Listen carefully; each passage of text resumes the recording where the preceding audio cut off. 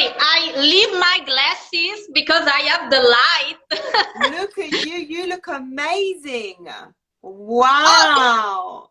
uh, I love your earrings. these earrings are made by a friend of mine. She's an artisan, Italian artisan. Yeah. I love it. Well, you know, only in Italy do you have the most beautiful fashion. You guys are trendsetters. You just ooze fashion. So, Elisabetta, I want to start off by saying grazie mille for joining us today and taking the time to, you know, meet with me and to have this interview, because I'm really eager to get to know you, and for the girls that are watching to get to know you also. So what I'm going to do is I'm going to leave it over to you so you can introduce yourself, tell us a little bit about you, where you live and what you do. Oh, thank you so much. I'm a little bit excited because I start following you thanks to Angie, and I want to also say thank you to Angie. And I know that you are a beautiful and amazing entrepreneur, and you are, yeah, that's true. And and you are so amazing in understanding what women want, and also women's self-empowerment. And for me, this team is so important because I live in Italy and I live in Milan, and I'm quite lucky to live in Milan because Milan is really international. But I wasn't born in Milan. I was born in a little place near Milan, and things are different. So sometimes Italy is not so up to date with women empowerment. Sometimes there's people that think that we need to be only moms, not manager, not, yeah, that's the point. Only in the kitchen. Yeah. We should be only in the kitchen cooking and having children. No. Yeah, especially when I'm 32 years old, and when I go to Italian weddings, there's always lots of people who ask me why I don't have babies. But I want to be, yeah, that's the point. But I want to be a manager. I want to run my own business, and I want to also have babies. But now I want to focus myself on my career. That's the point. And I think, you know, I'm 36. I have no babies. And you know what? It's okay, because we all have a journey. And I think it's important to be able to embrace, you know, what we are good at, right? I wasn't born to be in the kitchen cooking for my husband. That's just not who I am. And I think that, you know, many women, not just in Italy, but also, you know, around the world, are experiencing these problems. And I want women to feel powerful and strong and understand that they are worth something. Do you understand that? Every single person is special, and no one is better than me, and I am not better than anyone else. We are all different, and we can all give back to the world. Do you agree? I totally agree. And I think that we have also to follow our dreams. I know that there are everyday life problems like bills, like other stuff, but don't forgive your dreams. That's the point, especially if you are women, and don't let other people tell you what you have to do or what you are, because you can be what you want. That's the point. Exactly. So tell me more about what you do, because I've seen your Instagram and some of your photos are amazing. Like, I love it. They're so artistic and surreal, like with the apples and everything. So I was like, I really need to interview her and find out, you know, where she is in her mind and in the world? Well, I'm an art consultant. That's quite different from art advisor, because an art consultant is someone who manages bureaucratic stuff or organize cultural and artistic events, or for example, writing for art magazines. Sometimes I write lots of articles for art magazine, and sometimes I also concentrate myself on evaluating art pieces. That is the profession of art advisor. But I'm not only an art advisor, I'm an art consultant. That's something more big. You have to do more tasks. And I'm also an art sharer, but I didn't want to be an art sharer. That's the other people who call me art sharer, because almost 3 years ago, I changed my Instagram account, that was my personal Instagram account, to the account of my blog, where I wrote about the art market and the art world. And people started follow me, and in this way I started sharing my everyday life, my for example journey to art fairs, or my everyday visit to artist studio, as something like this. I also share about art events in my cities and in other Italian cities, and some people call me art sharer.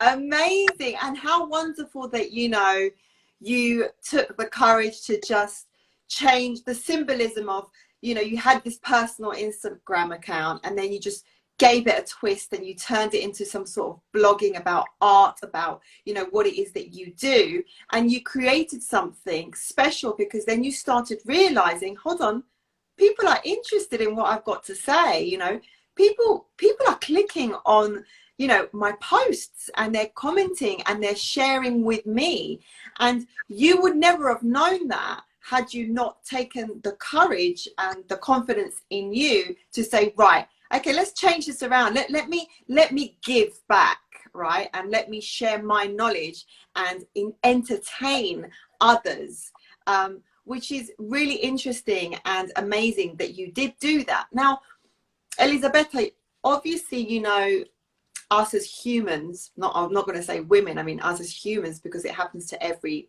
you know, sex and gender, is how do you motivate yourself when you feel down, when you're depressed, or when you feel like, you know what, why go on? Why do this? But I motivate myself also looking at other women, because in the past there were less women in the field of managing herself, and also in the art sector, because in the past the art market was a really male sector. All the very famous gallerists were male, all the well-paid artists were male. Instead, in recent years, I see more and more women in this field, and also women in other fields like business coaching. And every day I look at their Instagram profiles or their blog and start motivate myself, reading articles and understanding if I am on the right way, or I have to change something, or just to improve myself. I think the best way is a women team, like women power. Sometimes it's difficult because we are girls, we look at each other, but if we really build a team, the team is really powerful. So I look at the other women, and when I started, there were very few girls in the art market on the social media. There were more girls on fashion or about makeup. and they were really few. And we start like a community. We have some Instagram groups and also some WhatsApp groups, just to know each other, to exchange advices. That's the real power, I think. I agree. You know, I think that you can do good on your own, but you can do amazing, you know, with help and with a team of people. And, you know, energy attracts energy. You know, you want to be miserable, well, you will attract miserable energy. You want to be positive, you will attract positive energy. And what you've actually done is, you're right. There are many communities, even here in the UK and worldwide, of makeup and beauty and fashion, woof, and fitness. You get it so much. You want to go on Instagram, you'll see 100 women doing fitness, 100 women doing makeup, 100 women doing fashion. But what about all these other different industries that are in between? You know, why not give it light? Like you just said yourself, the art world, you know, that's something that needs a community to expose in the public.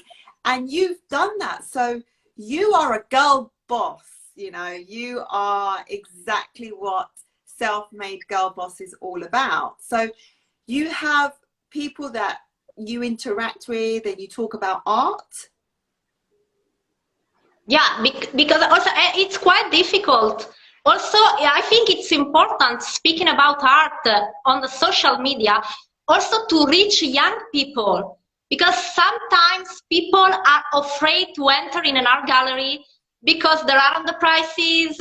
Everyone is stare at you because you are the only person who enters the gallery.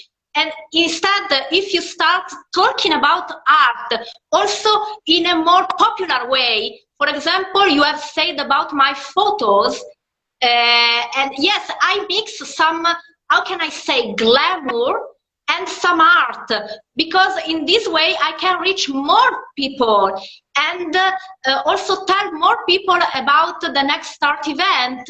And I'm so happy when people who are not involved in the sector goes to an art vernissage or an art fair because they read about it on my Instagram or my blog. With that, honestly, I love that. I love what you've done. It's so clever and it's so creative, because you've mixed your photos with glamour, so it appeals to the general public, but at the same time you've twisted it with art so that people think, oh, that's interesting, oh wow, and they keep on looking and they become intrigued, and then they want to know more. So you've done a fantastic job of doing that. Now, who are your clients? Are they international, or is it just in Italy? What other countries are involved? Most of them are from Italy, but I have also some international clients, because sometimes, how can I say, the mental borders, the mental block are very bad to fight. In Italy, there are some art critics who said, no, it's not possible because art is something so important. You cannot mix social media with arts, art critic, art history, and sometimes it's difficult. Instead, some private collectors that are Italians, but they have an international taste, can understand better. And even if I share my photos, they believe in me also as an art consultant. That's the message. I can share photos, I can have a creative mind, but I can be also good in my job. Also at evaluating artworks. So I think most of my clients are from Italy, but they have also an international mind, or for example, they have international enterprises, so some links to Europe, to USA. Instead, it's more difficult approaching clients that, of course, haven't social media or if they live only in their little city or little town, that's quite difficult, because they only stopped to my photos and said, oh, you are beautiful, you are blonde, it's not possible you are intelligent. That's the point. The stigma. But you know, and this goes to all the women that are joining in now and that are watching, there's a really important message here which I think we can't miss. And the message is that you're going to get critics, all types of critics in your life, right? The critics could be family, the critics could be friends, the critics could be boards and members of the industry that you're in. They can be all sorts of critics, right? That will turn around and not necessarily give constructive criticism, but would actually be negative towards what you're doing. Now, those are the people that are saying no. Those are the people that are going to be saying to you, you can't do it, don't proceed, stop now, there's no point, you're not good enough, you're not beautiful enough, you're not clever enough, right? And you really have to be very shrewd and very attentive, right? And really listen and see who these critics are in your life, because you must ignore it, right?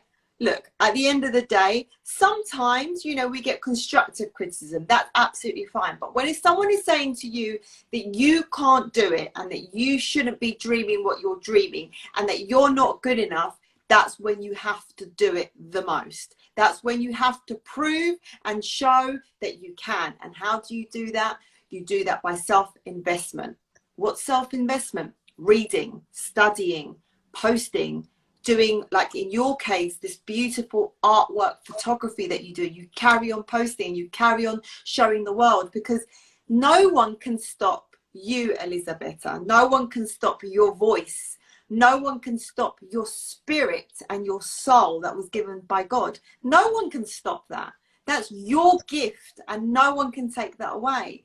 And I think that if us women were to be able to change our mindsets and understand that no one can take anything away from us unless we allow it, yeah, because we have the power only of ourselves. And if you give your power to someone else to play around with it, you're going to lose. So you have to remain very, very strong. So I love what you said, you know, that, you know, you're like, you know, you do get critics in your industry and, you know, they look at you and go, oh, blonde, blue eyes, pretty. What do you know about art? And, you know, this is judgmental, and especially I'm assuming in Italy where it's a little bit chauvinistic. Yeah. And Italy, Milan, and I go to Milan a lot for Salone di Mobile because I have an interior design company called Monaco Interiors. And, you know, most of our suppliers are in Italy, because in Europe, Italy is the hub of design, right? And, you know, I deal with obviously a lot of Italians. And when I deal with the men, they can be very, and you're like, what happened? What's going on? But now I understand by what you're saying to me that perhaps sometimes the mentality is a little bit like, you shouldn't really be doing what you're doing and you don't know what you're talking about.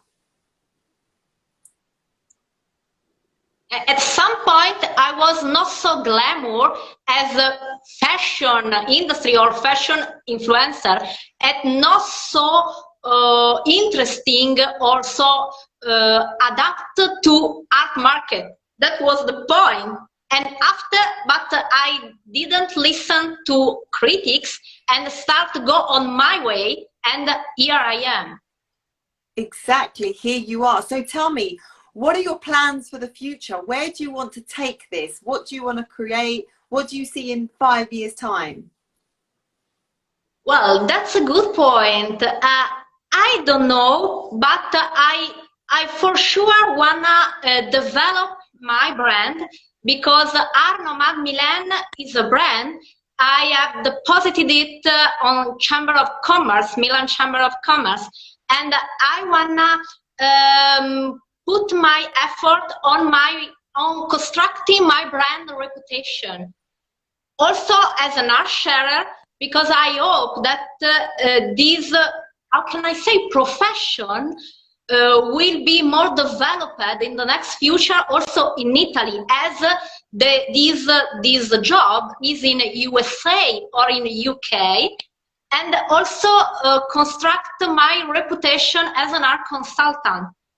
Also because I start specialize myself in another niche that is contemporary African art. And yeah, and it's another challenging point because I have to learn Arabic, and I'm studying Arabic. Yalla, yalla, habibi, yalla. Yeah, so that's I think in the next 5 years, to be more productive, to construct and to strengthen my brand and my reputation. That's it.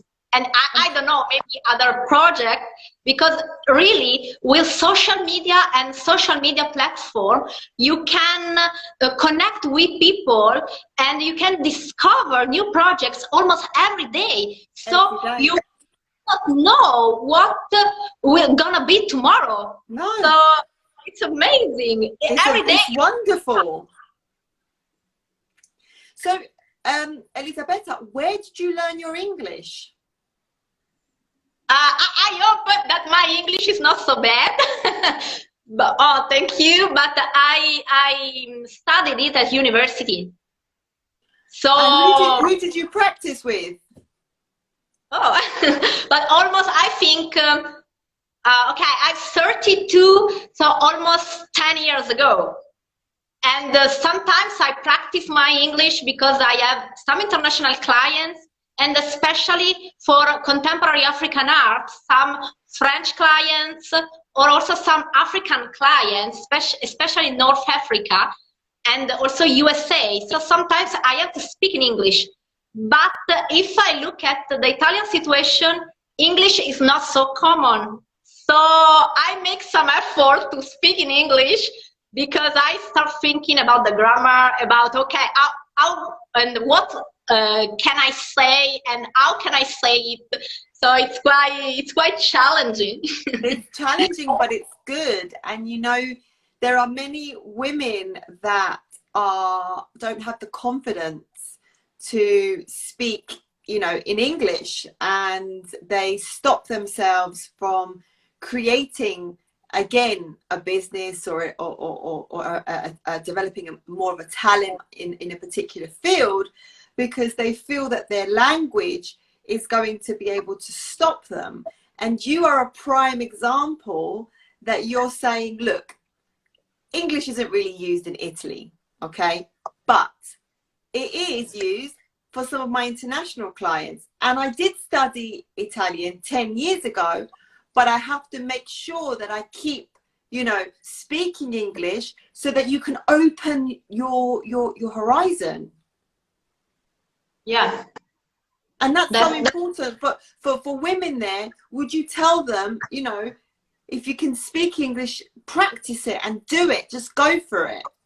Don't be afraid of speaking with other people, because sometimes I was at a point that I wanted to speak with some personality because I recognize him or her, and I didn't want to lose the opportunity. So I had to speak, even if I made some mistakes, but I had to. And this obliged me to speak even in a way, in strange ways, with a strange accent, but I had to, and I started to speak because and I you had know to. What? And you know what? If you say a word that isn't right, so what? What's going to happen to you? Nothing. Nothing's going to happen. And people get scared and they think, oh no, I'm going to say the wrong thing, or maybe they're not going to understand me. And so what? If the person that you're speaking to is a normal human being like you, it doesn't matter. You just go for it. You just speak and you see where the journey takes you. And I love that about you. I love that, you know, you said to Angie, yes, I'll do the interview in English. I'm going to do it in English. And I thought, yes, that's what I like. I like people, I like women with power and fierce and courage and confidence. And you have that. So Elisabetta, what books would you recommend for, I don't know if you know some in English or if it's in Italian, it's okay, because obviously we have some Italian girls watching. What books do you recommend to read, to expand, to become better in art? Well, I have a favorite book, but it's of course about art, and it's called Management of Art Galleries.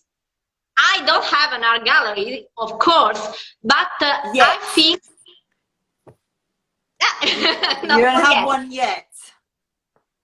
But I think it's important because you can learn some tips about how is going the art market, the art sector, and it is also written by a German guy. His name is Magnus Resch, and he is a professor of economics, and he started working for an art gallery some years ago because he had to pay his university's fees. And I think now he's a professor, economic professor, but I think he is almost the only person that I know who has written in his website that he is a professor, that he has written books, but that he is also an influencer, because he uses social media and he thinks that social media are important in all the sectors. So yeah, he is quite amazing, I think. I love that. So it's called The Master of Art Galleries. What's it called?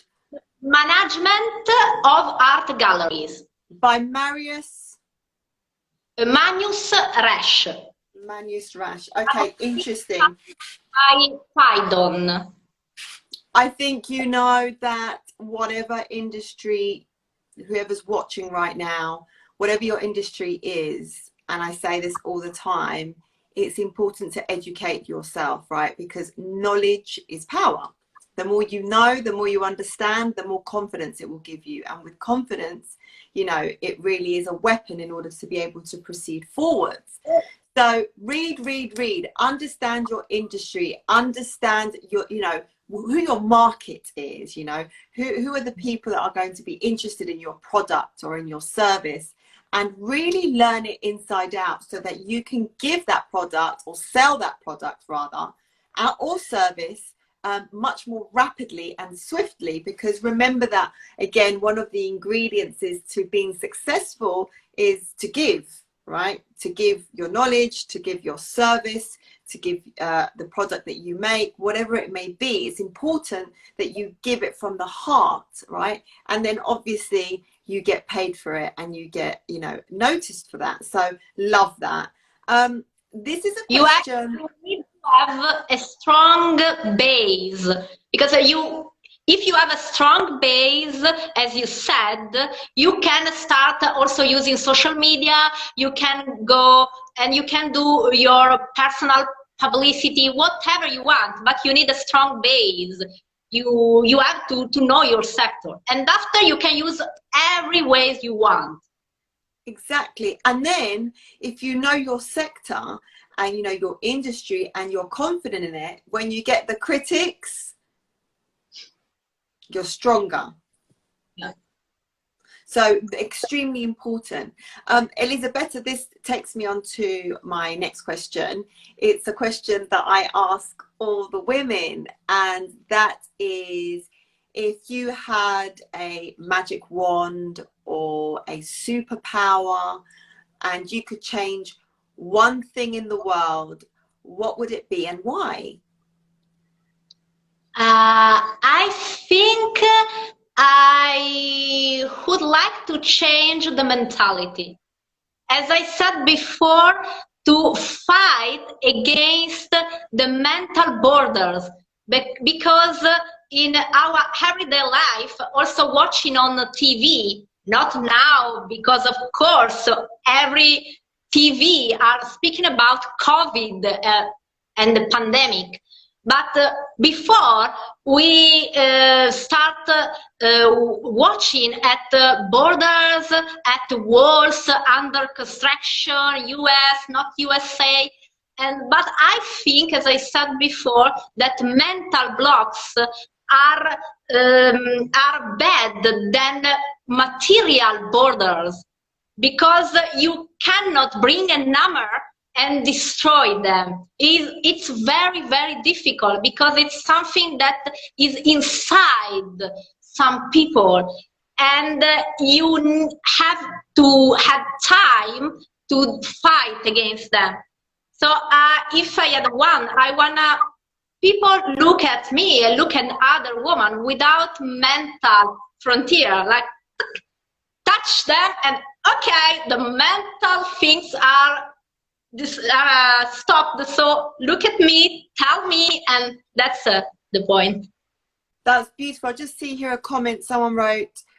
Jolie Van Ruyen wrote, so many people think that you have to be an expert in your field to start a business, not knowing that they are already capable of making a difference. I love that. That is so true. A lot of people think that in order to be able to start a business or to start something in their sector, that you need to be an expert. I don't agree. You know, what is an expert actually? You know, you can actually argue that, but you just have to have a passion and a gift. I talk about this all the time, and it's about knowing what your gift is, right? Because we all have a gift, and our journey is to find our gift, and then once we found it, it's to give it away. So only until you find your gift will you be happy in what it is that you start, because you know it's difficult running a business, because life can be tricky and challenging. So knowing that you're going to have trials and tribulations, wouldn't it be so much better to face those trials and tribulations with your gift, where it comes so much more easily to you? So I loved what she just wrote there. I really agree with it. You do not have to be an expert to begin anything. Chiara Big Art says every business is a continuous improvement. So you can agree. start business and becoming an expert, just running your business and improving yourself every day. Agreed. I mean, you know, every business is a continuous improvement. Every human is a continuous improvement. You know, we never stop learning. Life is, it doesn't matter if you're 100 years old, you will always learn something, because the world has too many colors for us to be able to understand. So, Elisabetta, I just want to say thank you so much for your time. And I want to ask something from you. Can you just, in Italian, just say something about what we spoke about today in a very short summary? Wow! Allora, grazie a Joanna, abbiamo parlato oggi di che cosa significa essere un art consultant, ma soprattutto di come noi donne possiamo raggiungere i nostri sogni.